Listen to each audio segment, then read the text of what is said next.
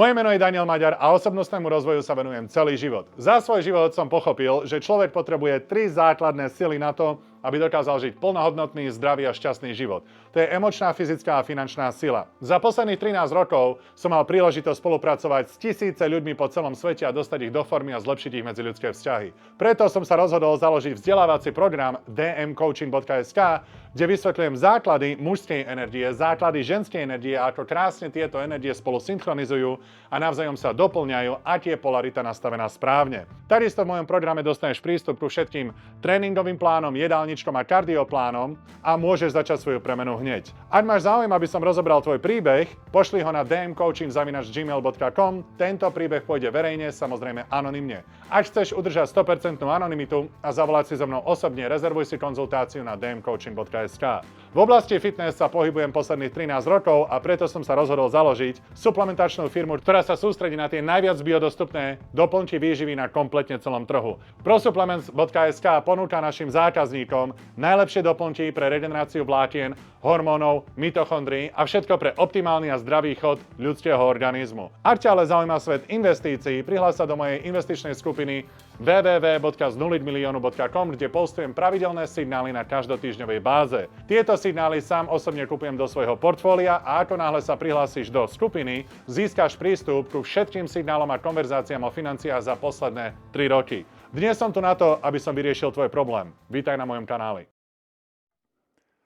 Zdravím vás, moji milí, bezcitní priatelia, na našom dnešnom livestreame, kde budeme preberať príbeh od nášho Vojta, mladučkého, ktorý hovorí, že neznáša školu, akurát maturuje. Tak pozrieme sa na to, čo sa deje v jeho živote. Čiže začneme zo školského obdobia a uvidíme, kam nás naše e-maily dnes zavedú. Už ako viete, sú nepredvídateľné a čítame ich tak, ako prídu. Momentálne sme na apríli 27. Svoje e-maily môžete posielať už, ako viete, z reklamy na dmcoaching@gmail.com. Momentálne beží akcia na Pro 8 kiwi. Kúpiš jedno veľké kiwi 650 gramové a dostaneš malé magnézium zdarma. Túto akciu sme tu ešte nemali. Čiže definitívne si urobte svoje zásoby, pokiaľ Prosupplements dáva produkty zadarmo. Všetky pozdravy opätujem. Máme tu Bratislavu, Krpáčovo, Havličkov Brúd. Máme tu z iných platform Praha, Košice, znova Bratislava, Zurich, Salzburg. Tak, je bezpečné povedať, že ideme do mnohých rôznych krajín. Dajte like a subscribe na moje kanály, ak sa vám páči tento content a púšťame sa oficiálne do nášho dnešného príbehu. Ahoj Daniel, mám takú otázku. Som študent, mám 19 rokov a som posledný rok na strednej, teraz mám maturity. 4 roky na strednej mi prišlo ako väzenie a pravdepodobne, že školu nezvládnem. Takto sme dvaja bratu. Si moje spirituálne zviera. Že ju nezvládnem dokončiť, lebo to nie je škola, čo by ma bavila. Nie som na to stavaný, zaujímajú ma iné veci. Neexistuje jediná škola, ktorá mňa by bavila. Chcel by som online podnikať a tak ďalej. Nemal som na výber si vybrať školu, musel som sa riadiť podľa fotra, ktorý je alkoholik a pracuje v detskom domove ako zástupca riaditeľa. Tak dobre nám opísal svojho otca a vidíme ten level rešpektu, ktorý ku nemu má. No škola hlavne teraz končí a jej koniec ma dostáva do stavov, ako sú depresie, úzkosť a tak ďalej. Je fakt tak hrozné nemať maturitu ani výučný list, ako všetci hovoria? Však už si na konci. Už to dobojuje aj keď na štvorky. Ja som opakoval slovenčinu. Ja som si potiahol otázku na maturite zo slovenčiny. A keď sa na mňa pozerala tá komisia žien, to bolo v podstate, ako keby som dostal mozgovú obrnu. Ja som na ne pozeral jak vyoraná ovca. Totálny retard. Ja som nemal šajnu, čo sa pýtajú v tej otázke. V septembri som povedal potom na opakovaných skúškach niečo málo ohľadom tej otázky, ktorú som si vytiahla, dali mi 4. Ježiši Kriste, vďaka Bohu. Nejakú dobu sa zaujímam o krypto a tieto veci, no nikdy som neprišiel k žiadnym ziskom, iba k stratám. Hej, lebo ty traduješ. Jediná cesta je zarábať peniaze a nadobudnúť majetky je kúpiť a držať. OK, tak ja to ja robím s Bitcoinom. Čo by si mi v takejto situácii poradil spraviť? Mám pocit, že som dosiahol svoje psychické dno a neviem, ako ďalej už pokračovať. Každú a najmenšiu radu si budem ceniť a budem za ňu vďačný. Prajem ti pekný deň. OK, ty som znechutený zo školy. Dokončí svoje štúdium, dokončí svoju maturitu a pustí sa do sveta, pustí sa do života. Prestaň s týmito opúšťačkami a životným dnom a neviem, aké kokotiny. Bratušak, ty ešte ani nevieš, čo život je. Teraz sa ti ešte len život začína. Po maturite. Tie najlepšie roky tvojho života. Nechápem, ktorý retard vymyslel to, že škola ti ešte bude chýbať. Mne nikdy v živote. Ja som mal 10 rokov a ja som bol fascinovaný dospelými ľuďmi, keď som chodil ku lekárovi, čo robia do obedu. Ja som mal vyslovene svoje vlastné, to bola moja vlastná klinická štúdia, kde keď som išiel ku lekárovi, ja som študoval dospelých ľudí. A bol som fascinovaný z toho, že ľudia o 10 ráno idú do Milk Agra, alebo idú do Billy, alebo chodia voľne po ulici a nemusia byť v škole. Mňa to inšpirovalo. A potom konečne nadobudol čas, kedy ani ja som nemusel chodiť do školy. A to bolo jak výjsť z klietky. Bum. Hej? A tvoja klietka sa končí. Čiže teraz vstupuješ do života. Urči si smer. Čo budeš robiť? Chceš online biznis? OK, čo mi ideš predať? Tu som, počúvam. Mám love, presvedč ma. Čo máš na predaj? Servis, produkt, prečo to mám kúpiť? Na čo mi to je? Čo ty mne doručíš do života? A kde ťa nájdem? Ja som ťa vôbec videl. Máš sociálne siete? Natáčaš tam niečo? No, to sú otázky, ktorými sa teraz ty musíš zaoberať. Ja čakám, predaj mi dačo. Uvidíme, či to chcem.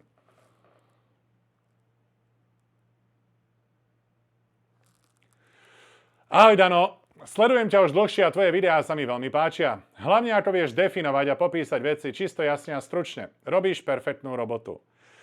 Viem, že videá sú určené hlavne pre mužov. Odkedy?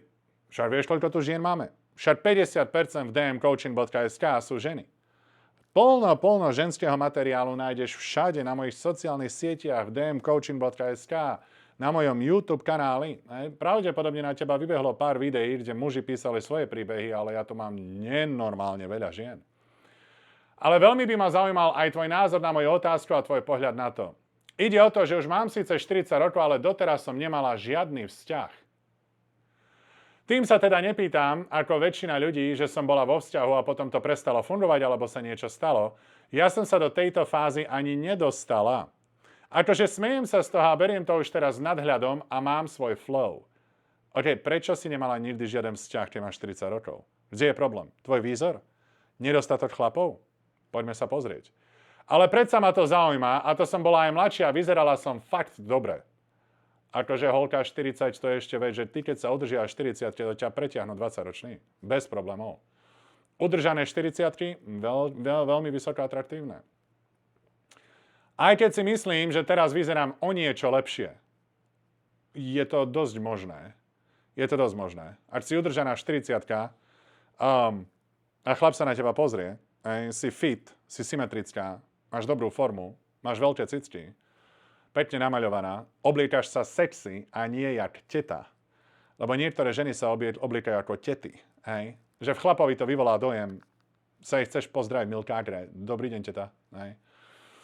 Dlhé kvietkované šaty, nejaké balerinky, alebo katastrofálne opätky ako fyzikárka, ktorá má 70 a smejete sa jej, že má chlpy pod pazuchou. Hej?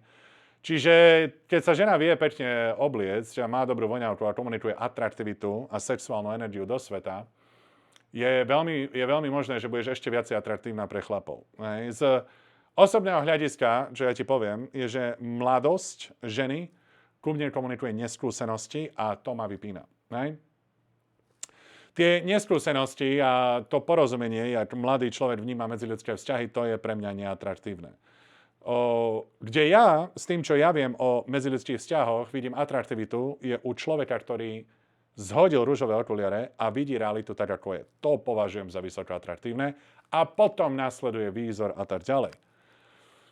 Ale predsa bola som mladšia a perspektívnejšia, no ani v tom veku nič. Ale počkaj, ani sex si nemala s nikým, ty si panna. Vzťah je jedna vec, ale ty si v živote nevidela orlíka. Pritom nie som typ človeka, čo je introvert a sedí spokojne ticho doma. Práve naopak som extrovert a veľmi spoločenská, mám rada ľudí. Chodím na množstvo spoločenských a kultúrnych podujatí, divadlo, kino, festivaly, všetky možné koncerty od roku až po folklór. Mi nehovor, že ťa nikto nechcel pretiahnuť. Ty si buď odmietla všetkých, Alebo ten výzor nie je tak, ako to opisuješ. Hej, že my si predstavujeme ďaleko väčší výzor, ako je realita.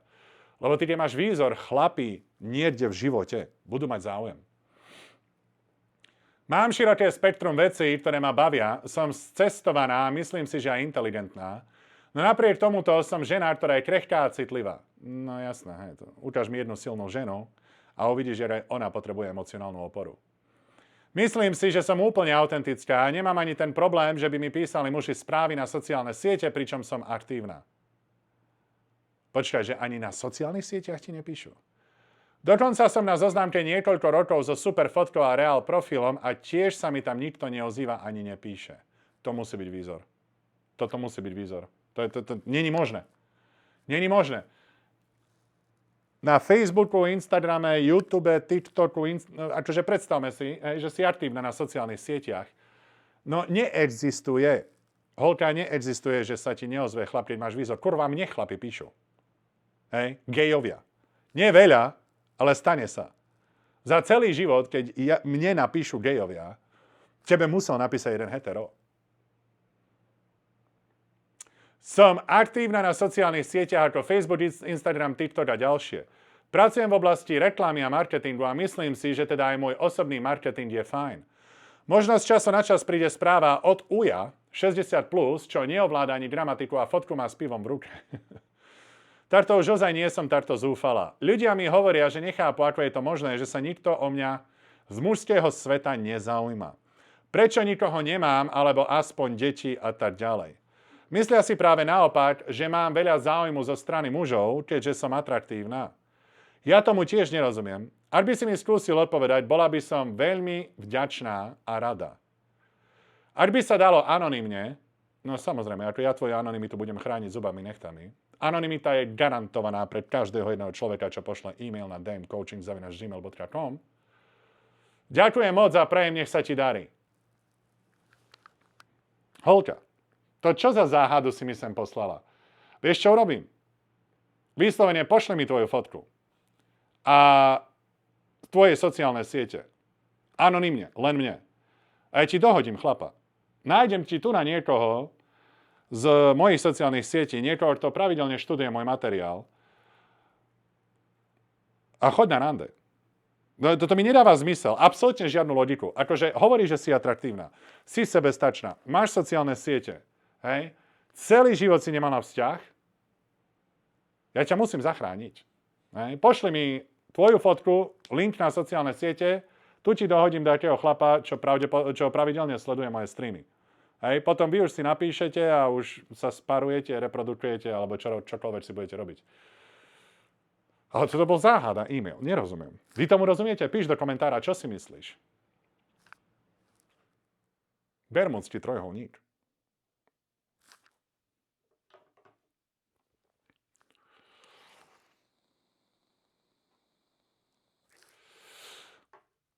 Pozdravujem vás. Dlhšie som vzťahy neriešil, no minulý rok som sa v súvislosti so vzťahom k istej mladej žene začal motať po YouTube kanáloch, ktoré sa venujú vzťahovej dynamike.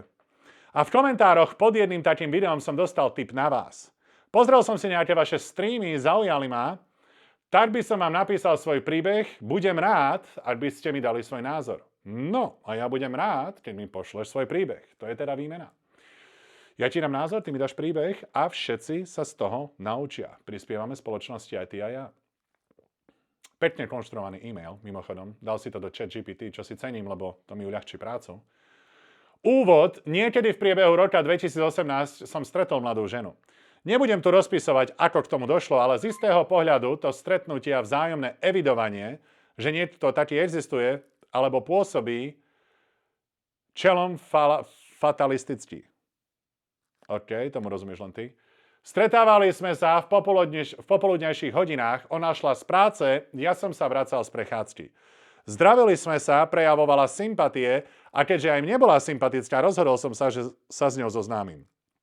OK, čiže stretli ste sa na prechádzke, pravdepodobne zo párkrát ste okolo seba prešli, vnímali ste sa a potom ideš za ňou. Bomba, tip-top.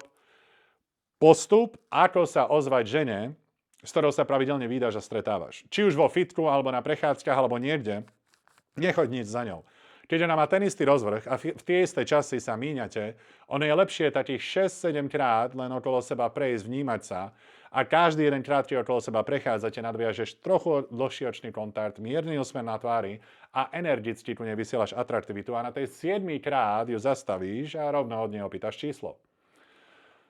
Jedno pekné popoludnie som ju dobehol a začal nejakú konverzáciu. Povedal jej svoje meno, ona mne svoje. Chyba.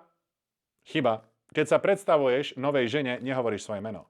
Pýtaš sa na jej meno. OK? Takto zistíš, či má vôbec záujem ťa spoznať. Keď sa ťa ani neopýta naspäť na tvoje meno, tvoje šance sú minimálne, tam by som ani nepýtal číslo.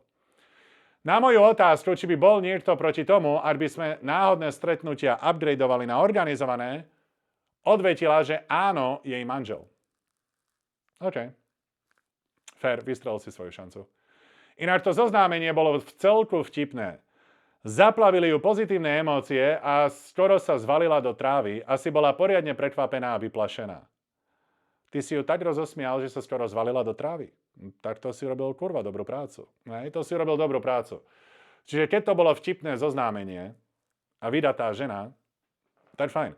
Len tu už vieš, ona je vydatá. Čo znamenajú zadaní ľudia alebo ľudia čerstvo po rozchode? Absolútny chaos. Maximálne, čo z tohto vyťahneš, je sex. Okay? No keďže mi bolo oznámené, že je vydatá, stiahol som sa a okrem nejakých náhodných stretnutí, keď sme trochu komunikovali, sa nič mimoriadne nedialo. Presne tak. Keď chceš pretiahnuť vydatú ženu, ona musí robiť všetko. Ty vytvoríš podmienky pre atraktivitu. A ona, keď má na piču manželstvo, ona začne budovať fantázie v tichosti doma pri svojom manželovi o tebe. Ona si vytvorí svoj svet fantázií a dosadí do tohto sveta tvoju tvár. A ty nerobíš nič. V tomto bode ty si žiješ svoj život. Ona je vydatá, ona je sama doma s manželom, necháš priestor, nech robí robotu pre teba. Buď to vidia, alebo nie. Záleží, jak má na piču manželstvo. Ty si vytvoril podmienky pre atraktivitu a nechávaš energiu robiť svoje. V novembri 2021 sa odsťahovali a v septembri 2022 som ju videl naposledy. Potvrdila mi, že sa odsťahovali a ja som nevyzvedal kam. Pustil som ju z hlavy. Tip top. Zatiaľ sme tu ešte nemali chlapa, ktorý tak krásne by postupoval sám. OK, bez môjho materiálu. Dal si jej priestor, vytvorila nejakú fantáziu, pretože stále s tebou komunikuje, myslí na teba, to ti garantujem. Potom sa odsťahovali, nerobíš veľkú vedu, ani sa nepýtaš kam. Úplne najlepší krok, ktorý si mohol urobiť. Zápletka. Ak píšem, že na našich náhodných stretnutiach sa nič mimoriadne nedialo, tak to nie je až tak celkom pravda. No, poďme do hĺbky. Jedno z tých stretnutí sa odohralo v roku 2020, bolo po prvej vlne covidu, koniec augusta. Išiel som po meste a zrazu predo mnou ona. Bola odo mňa asi 10 metrov, keď ma zaregistrovala, nasledovala jej bezprostredná reakcia. Teba som už dávno nevidela. No vidíš, keď toto na teba vyťahne cudzia žena, v prvom rade komunikuje, že je nadšená, že ťa teraz vidí. V druhom rade komunikuje, že nad tebou rozmýšľala, keď ste sa nevideli. Prečo? Lebo žena, ktorá sa neteší, že ťa vidí, a žena, ktorá neinvestovala žiadnu energiu, úsilie a čas do fantázií s tebou, sa ti ani nepozdraví. To je, že ty si neviditeľný. Ty prejdeš okolo ako duch. Hej? Pozdravíš sa, ona na telefóne. Čau, ahoj. A ďalej na telefóne, OK? Nikdy nedostaneš, teba som už dávno nevidela. No. Čiže máš u nej silnú pozíciu. Zostal som prekvapený, na jednej strane to polichotilo, na druhej strane zasvietila kontrolka, počkaj dievča, veď my sa až tak nepoznáme, nič sme spolu mimoriadne nezažili. OK, tu na nechápeš. Nechápeš, čo sa deje v ženskej hlave, v priestore, vo váku, v prázdnote. Tam sa tvorí atraktivita. Tam ona vstupuje do sveta fantázií. Tam ona si tvorí obraz o tom, kým si. Ale ona nevie, kým si. Tým pádom je to záhada a výzva. Bolo to po dlhšom čase a jej ďalší pokus, ako sa mi vpísať do mysle a do mňa. No v roku 2024 odpálila bombu, a to skutočnú bombu. Ako píšem vyššie, v novembri 2022 sa odsťahovali a ja som ju 2 roky nevidel, ak nerátam, že som ju raz videl vbehnúť do miestneho second handu. Ona mňa určite áno, videla ma a evidovala ma. Nadišiel november 2024 a ja som v týždni od 11.11. začal riešiť zoznámenie s inou ženou. 11.11. mám však ale meniny. OK? Brato, ty až si pamätáš jednu červenú vlajku, ktorú vidím pri tebe. Toto nie je beta, ani náhodou, zatiaľ žiadna beta energia. Ale kde ja vidím červenú vlajku pri tebe, že ty si pamätáš presné dátumy všetkého. Roky, kedy si ktorú ženu stretol. Hej, to, že u mňa ani šajnu nemám. Kedy som jakú ženu ja pretiahol v živote, alebo s ktorou som kedy randil, v živote si nespomeniem. Na dátumy, na mesiace, nič. Akurát, čo sa pamätám, je, že kedy som si zobral svoju ženu. To je všetko. Je nereálne zapamätať si dátumy, čo kedy som mal s jakou ženou pred mojou manželkou. Hej? Čiže to ku mne komunikuje, že si mal zopár žien za celý život, že to je pre teba také pamätné. Čiže 11.11. mám však ale aj meniny. A 13.11. prišiel darček. Išiel som cez mesto a zrazu pri jednej budove, moja, ktorú som nevidel 2 roky. A hneď z voleja. Všetko najlepšie k meninám. Ty si žijúca legenda. Ty si žijúca legenda. Prečo je tento týpek žijúca legenda v hlave vydatej ženy? Prečo to tomuto týpkovi vyšlo? Lebo robí všetko podľa materiálu, ako vyučujem. Bez toho, aby videl moje videá. Pamätaj, to je 2022, 2021, vtedy som nemal ešte YouTube. Čiže všetko to, čo ja hovorím, on nasleduje. Stretol náhodne ženu, prihovoril sa, rozosmial ju tak, že skoro spadla do trávy. Nedával na ňu žiaden nátlak, nevypisoval jej, nevolal jej, nechal priestor, nech sa buduje atraktivita. Táto žena má ďaleko väčší záujem, vytvorila si fantázie, myslí na neho, myslí na jeho meniny. Meniny? Čo tiebe? To som nepočul už, odkedy žijem v Amerike, 13 rokov. OK? Posiela mu darček na meniny, teší sa, keď ho vidí a on nerobí nič. Nič. Necháva jej fantázie, nech si vybuduje ideu toho superhrdinu. A necháva jej manžela, nech to celé dojebe v ich manželstve. Lebo keď ona sa stiahne, manžel začne naháňať, oni sa tam pobijú, oni budú mať medzi sebou konflikt v manželstve a ju bude viacej priťahovať fantázia, ktorú si vytvorila o našom novom Vojtovi. Čiže čo urobil tento Vojto, aby si ju získal? Nič. A to je, čo vám hovorím. Nič je kurva silné. Nič neurobil. Baví sa s ňou normálne z homo sapiens. Padla mi sánka a prežil som malý infarkt. OK. Kľud. Hej. Čajka ti poslala darček k meninám a povedala ti všetko najlepšie. Neinfarktuj mi tu. To hovorím, to je ten nízky body count, jak ty si pamätáš dátumy, s ktorou ženou si čo mal. Len čo je pri tebe veľmi zriedkavé, že ty s takým nízky body count komunikuješ takú veľkú emocionálnu silu. Hej? Čiže ty si v podstate nejaký hybrid. To náhodné stredko aj podľa toho vyzeralo. Ja v šoku, nevedel som, čo hovoriť. Ďakujem. To je všetko. Martuška. Ďakujem veľmi pekne. No jak sa máš? 2 roky som ťa nevidel, čo máš nové? Tak jednoduché. 2 roky som ju nevidel. To som si ináč vymyslel, 2 roky som ju nevidel, ale bolo to 2 roky. 2 roky som ju nevidel a ani sa nijak zvlášť nepoznáme. Nakoniec len sme tak stáli oproti sebe a dívali sa na seba do očí. Keby nás niekto videl, tak by si myslel, že sme dvaja ex-milenci, ktorí kto vie, čo spolu prežili. Wow. Takýto očný kontakt. Hej? No táto holka je pripravená. Upečená je čerstvý rohlík. Vyvrcholenie. Po tomto stretnutí sa môj mentálny stav prepol do stavu naplnenia, spokojnosti a pozitívneho nastavenia. OK.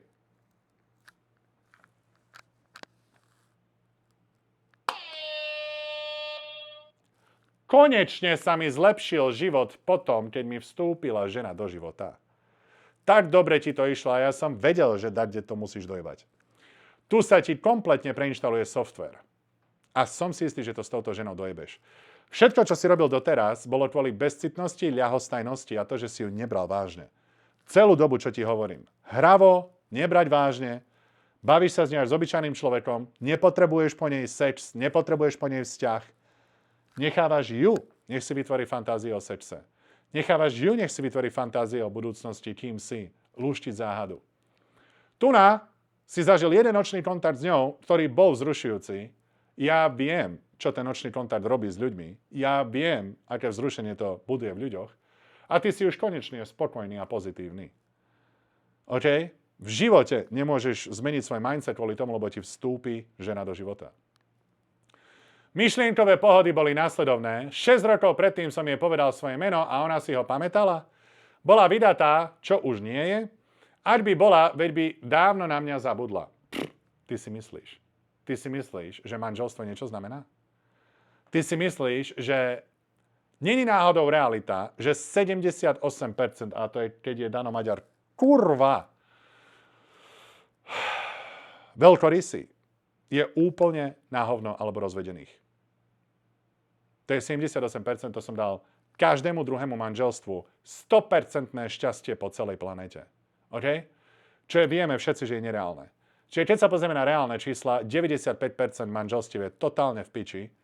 Ľudia sú nešťastní, alebo nerozumejú medziľudským mužsko-ženskej polarite.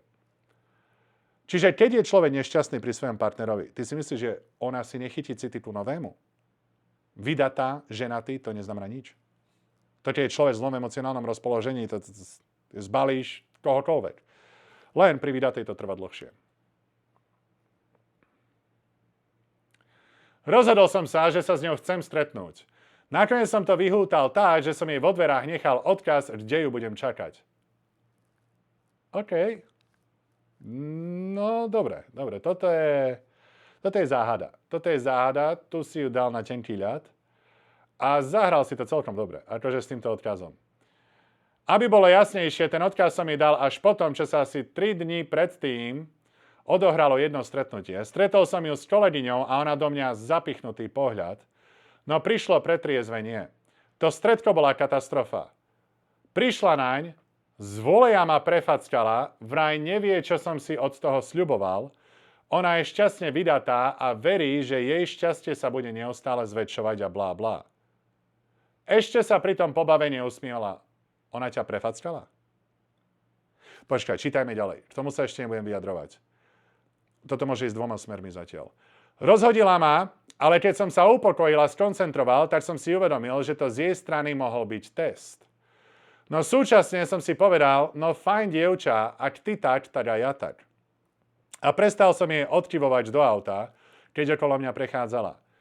To sa opakovalo 4-krát, 5-krát, som sa díval do auta a ona ma spoza volantu pozorovala. Celkom ma to pobavilo. Počkaj, ja toto prefackala musím. Prefackala je v úvodzovkách. Dobre, čiže berme to tak, že v žiadnom prípade nie je fyzicky. Vypičovala ho. Hej? Ďalší týždeň som sa pod vplyvom jednej udalosti rozhodol, že jej napíšem ďalší odkaz. Nakoniec bol z toho list na 2 strany. Ježiši Kriste. Ježiši Kriste. A tu už si úplne v piči. Ženám vypisovať emocionálne sračky. Bratu, nič neexistuje viacej odpudivé, jak chlap, ktorý pošle emocionálnu hnačku žene. To ženy píšu listy a litanie. Nie chlapi. Hej? OK. Žiadne vyznanie lásky, to je jedno. Len som popísal nejaké veci, ako sme sa spoznali, trochu som rýpol, že keby som si našiel priateľku a mali by sme sobáš, ona by sa tam zrazu objavila a bolo by po sobáši. Ježiši Kriste, ty už svadby z ňou vyťahuješ. Gaťastrofa. Snažil som sa držať nejaký komunikačný kanál. Nevydalo. Môj granát, ktorý som hodil, spôsobil paniku a chaos. Začala preparkovávať auto ku vrátnici a pod kamery. Keď som si to uvedomil, tak som to poriadne musel predýchať. Chcel som sa s ňou porozprávať normálne, že ju nehodlám prenasledovať. Tu nadobudáme úplne iný smer celého tohto e-mailu. A ja vám vysvetlím. Čítajme ďalej. Išli týždne, ja som okolo jej práce prestal chodiť predovšetkým do obedu. V popoludnejších hodinách som chodil v časoch, keď už ona bola v práci len málo kedy. Jej auto som vydával veľmi zriedkavo. Myslel som si, že dala výpoveď a postupne som sa odpútaval. Náhodne som zistil, že chodí na jógu v jednej škole. Išli týždňa a nastal jún. A ona si na jednom miestnom kruhovom objazde vyslovene vyžiadala moju pozornosť. Aj nasledujúci deň sa odohralo niečo podozrivé, ktoré navodilo dojem, že sa stále tlačí do mojej pozornosti. Zavolal som jej do práce. Ježiši Kriste, ty si jebnutý. Ty čo robíš, kokot? Bože. Zdvihla kolegyňa, ktorá okamžite vedela, kto som a začala naťahovať a vraj, či si z neho chcem dohodnúť rande. Hovorím, že rande by som to nenazýval, asi som mal povedať, že áno. A či viem, že je šťastne vydatá, čiže tu už kolegyňa sa jej zastáva a už o tebe vedia v práci. Tento e-mail, musím čítať ďalej, aby som sa vyjadril. Namiesto, že jej nechcem rozbíjať manželstvo, som mal zahlásiť, že jednoznačne ho chcem rozbiť. Stretko sa ukončilo v pondelok nasledujúci týždeň. Stretko sa uskutočnilo v pondelok nasledujúci týždeň. Prepadla ma na tom kruhovom objazde, nafliaskala mi, že som si niečo pomýlil a že ona od muža nikdy neodíde. OK. Musíme sa porozprávať. Celý tento e-mail je ojeb. Celý tento e-mail je interpretácia chlapa. Ako on to napísal a čo sa stalo v realite, sú dve úplne rozličné veci. To, čo všetko on opísal, viedlo ku atraktivite, viedlo ku vydatej žene, ktorá si hľadá román, ale tu je jeden jediný problém. Je, že celú túto situáciu tak vnímal jeho mozog. A nič z toho není pravda. Nič z toho není realita.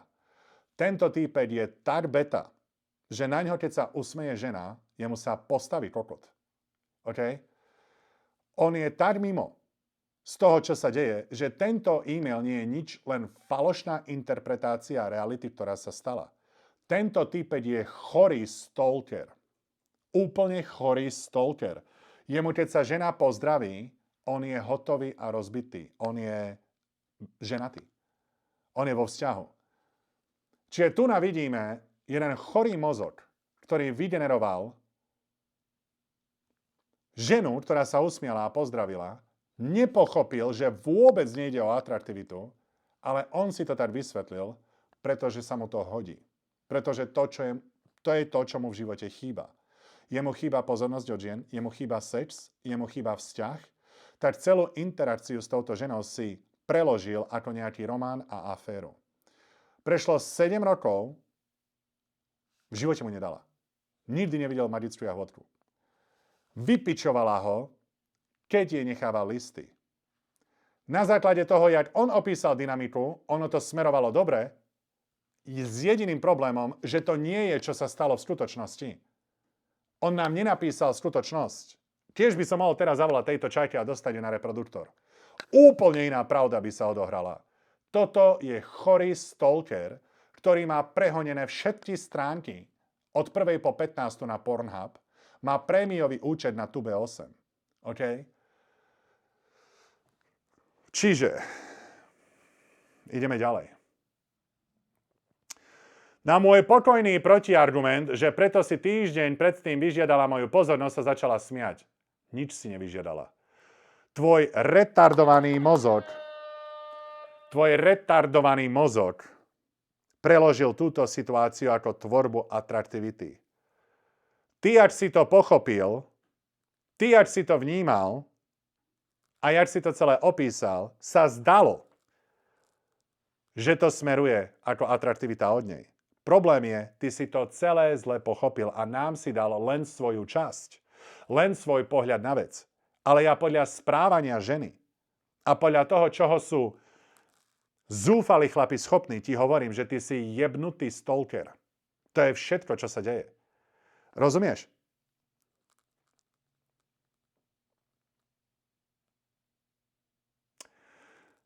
Čiže týždeň predtým si vyžiadala tvoju pozornosť a začala sa smiať, že vraj ona je len milá. Mnoho vadiny mi trepala. Pretočil som oči a odišiel preč s tým, že sa jej začnem vyhýbať. Počas tých mesiacov od polovice júna 2025 som minimalizoval cestu okolo jej práce. Vyhýbal som sa jej, no z jej strany som zaznamenal niečo, čo by sa dalo považovať za pokusy dostať sa do mojej pozornosti. A tu máme ten chorý mozog. Tu máme presne ten chorý beta mozog. Kurva, ty zrujnuješ život ženám. Ty si presne ten týpek, tá najhoršia story každej ženy. 7 rokov nejaký kokodý nedá pokoj. 7 rokov si nejaký tróger nahovára, že niečo spolu máte v svojom imaginárnom svete, lebo žiadna ti nedala. Však ty si pamätáš vyslovene dátum, kedy ste sa spoznali. Bratu, ty si kokot 50-ročný paníc. Ten posledný sa odohral v januári tohto roka. Pri jej práci som popoludní čakal na inú ženu. No jasné, vieš, komu rozprávať tie stračky. Vieš, komu rozprávať tie stračky. Tam si stál jak pošuk, aby si čakal na ňu. Ty nemáš inú ženu na výber, ty s tým rozprávaš. Ona však vyslala kamarátku, ktorá zjavne špehovala, na koho čakám, s kým sa chcem stretnúť. Bála sa výjsť von, ty idiot. Ty si jej čakal pred prácou a ona sa bála výjsť von. Všetci o tebe vedia, celá firma, jej známi kamaráti, manžel, všetci o tebe vedia, že ty si ten jebnutý stalker. Bojí sa výjsť zo svojej práce a ty to rozpoznáš. Z jej strany som zaznamenal niečo, čo by sa dalo považovať za pokusy dostať sa do mojej pozornosti. Chápeš ten chorý stalkerský mozog? Že on si myslí, že keď stojí pred jej prácou, žena dosratá v práci sa bojí výjsť von, pošle tam kolegyňu, nech ho odoženie, že to je jej cesta, ako komunikuje pozornosť. Teraz my už vieme, kto si. Ty si začal s fantasmagóriou, urobil si nám tu romantický scénár o tom, ako má ona atraktivitu ku tebe, opísal si to presne tak, jak si žena buduje atraktivitu, ale všetko je to fikcia. Nulová pravda. Ona však vyslala kamarátku, ktorá zjavne špehovala, na koho čakám, s kým sa chcem stretnúť. 2 týždne som to nechal tak, no potom som sa rozhodol prerušiť moju ignoráciu. Zavolajte na ňo hneď to políciu. Najskôr som chcel porozprávať s tou jej kamoškou, no potom padlo rozhodnutie, že to mojej nechá odkaz. Rýpol som si. Prečo posielaš kamošky, aby ma špehovali? Tak veľmi potrebuješ zistiť, s kým som a sa chcem stretnúť? Nie, ty idiot, ona chce, aby si zdochol. To je všetko, čo ona chce, ty retard. Ty chápeš, že ty jej ruinuješ život. Úplne jej ruinuješ život. Ona kvôli tebe začne byť paranoidná v Lidli. Ona začne byť paranoidná len v autobuse, keď pôjde do mesta. Ona sa bojí. Alebo si, Vary, myslíš, že som na teba čakal. Človek by myslel, že si do mňa zamilovaná. Dúfam, že nezačneš blbnúť a schovávať auto pod kamery a vrátnici. Druhý deň prišiel úder, trúbenie aut, akýsi bulo v aute zablokoval jazdný pruh a na mňa zakričal: tu ma počkaj. Skoro sme sa pobili, ona sedela v aute, schovaná pod čiapkou. Vyhrážal sa mi, vraj mi urobí zo života peklo. No to je jej manžel. Vedel som, odkiaľ duje vietor, ale neťahal som ju do konfliktu. Toho vie, či by jej jednu nefúkol. On jej, však on ju chráni, svoju ženu, ty retard. Odfotil si ma, takže dievča má moju fotku. Rozuzlenie, vidím, že dievča je z akéhosi dôvodu citlivé na to, aby som ju kontaktoval.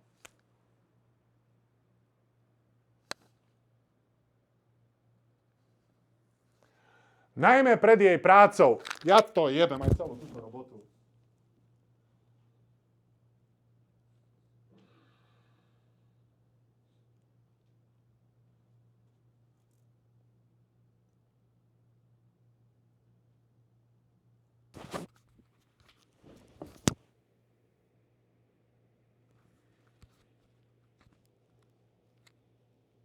Poďte to dať to za mňa dočítať.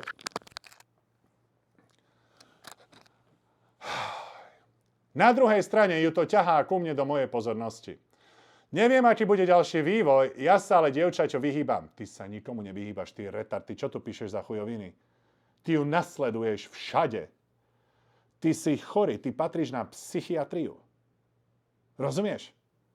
Ty si psychiatrický pacient. Retardovaný mozog, v ktorom Boh vie, čo sa stalo. Keby som sem zavolal špičkového neuróga a odlepí ti poklop, zavrie to naspäť a to povie, že v živote nevidel. OK? Neviem, aký bude ďalší vývoj, ja sa ale dievčaťu vyhýbam, ale zvažujem, že kontaktujem jej kamarátku, ktorá ma špehovala, aby som sa nezbláznil. Chcel by som sa posunúť buď ďalej, alebo to uzavrieť, bez toho, aby o mňa prejavovala záujem. Ty kokot retardovaný, nikto ťa nechce. Rujnuješ ľuďom životy. Nikto ťa nechce. Som sklamaný, že sa s ňou nedarilo aspoň porozprávať, nájsť nejakú komunikačnú linku. Ona vlastne odo mňa uteká a schováva sa. Pred 3 týždňami som ju videl v meste, ale nešiel som za ňou, nebudem tlačiť na pílu. Ty si ju nevidel v meste, ty ju prenasleduješ všade. Úplne všade, ty si chorý, ty si posadnutý, ona je tvoja závislosť. Ty sleduješ všetky jej sociálne siete, pozeráš jej storky, stalkuješ jej Facebook. Máš vylepené jej fotky všade po izbe, ty si na nej prehonený. Toto si ty komu tu narozprávaš sračky, že náhodne si ju stretol, ty ju sleduješ všade, rujnuješ jej život, ty idiot.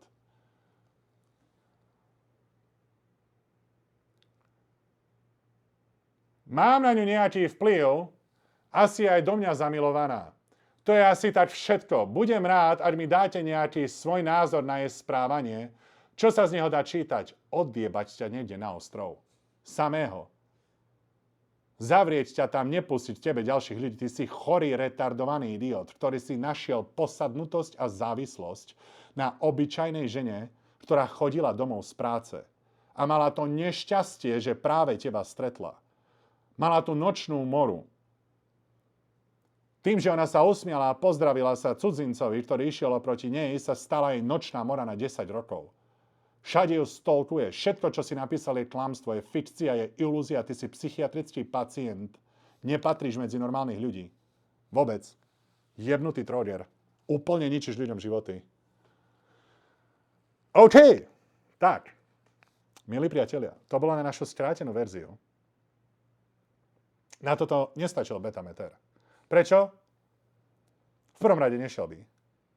V druhom rade betameter slúži na beta energiu. Toto je psychiatrická anomália. OK? Čiže psychiatrický meter ja tu nemám.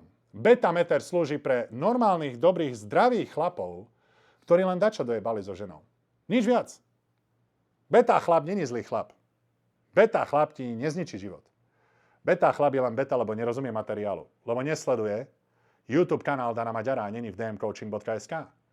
Toto je psychiatrický retard. Dúfam, že žiadna z vás nič také nezažije, lebo toho sa nezbavíš. To je rakovina. Chorý.